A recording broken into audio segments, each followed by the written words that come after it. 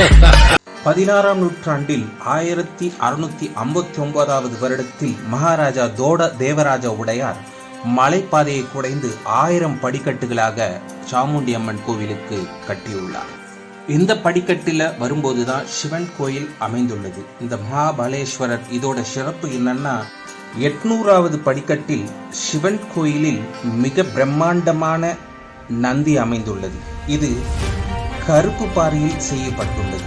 15 அடி உயரமும் 24 அடி நீளமும் கொண்ட நந்தி சிலை. இது மிக பெரும் கருப்பு பாறையிலிருந்து கருங்கல் சிலையாக நந்தி வடிவில் அமைக்கப்பட்டுள்ளது.